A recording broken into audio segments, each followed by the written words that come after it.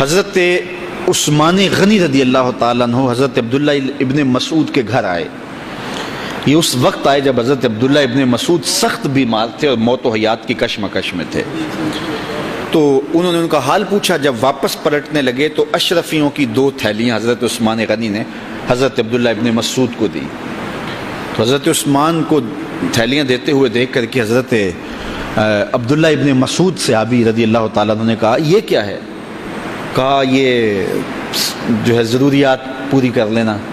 تو آپ نے کہا کہ میں تو جا رہا ہوں, میری تو ضروریات ختم ہو رہی ہیں. تو کہا حضرت آپ کی بیٹیاں تو ہیں, بیٹا تو ہے نہیں, تو یہ آپ کے بعد آپ کی بیٹیوں کے کام آ جائیں گے.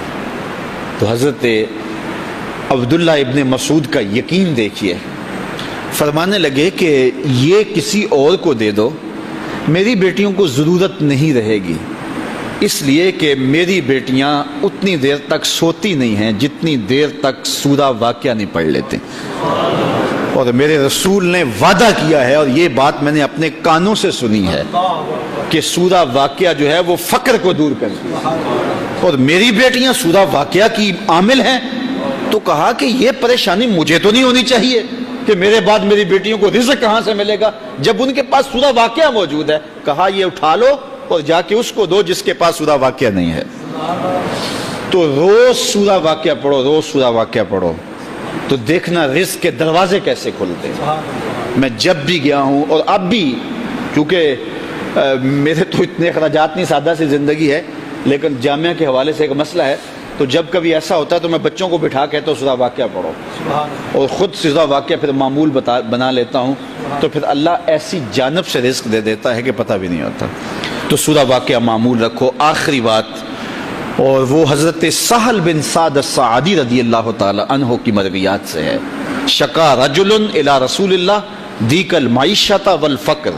ایک شخص حضور کی خدمت میں حاضر ہوا, کہا حضور تنگ دست بڑا ہوں, کثیر العیال ہوں, بچے زیادہ ہیں, ذرائع آمدنی تھوڑے ہیں, میرے لیے کوئی نسخہ ارشاد فرمائیے.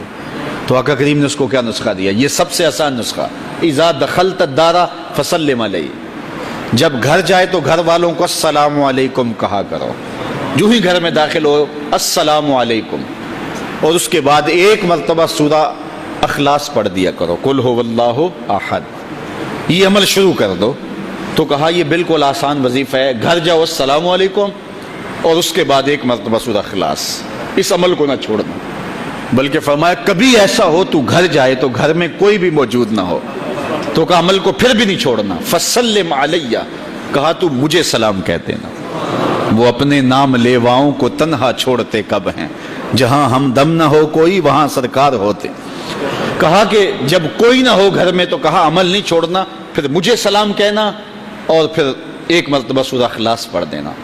وہ صحابی کہتے ہیں میں نے عمل شروع کر دیا, گھر جاتا السلام علیکم, گھر والے بھی خوش, اور اس کے بعد سورہ اخلاص بیٹھنے سے پہلے پڑھ لیتا. اور اگر گھر میں کوئی نہ ہوتا پھر تو مجھے چاہ چڑھ جاتے, پھر میں یا نبی سلام علیکہ پڑھتا, پھر حضور کی بارگاہ میں سلام پیش کرتا. اور ملکاری نے اس پہ گفتگو کی ہے مرقات شرح مشکات کے اندر کہ آخر حضور کو سلام کیوں کہنا ہے. انہوں نے جو لفظ کہے ہیں لفظ سنیے, وہ کہتے ہیں لِأَنَّا رُوحَهُ عَلَيْهِ السلام موجود فی بیوت المسلمین.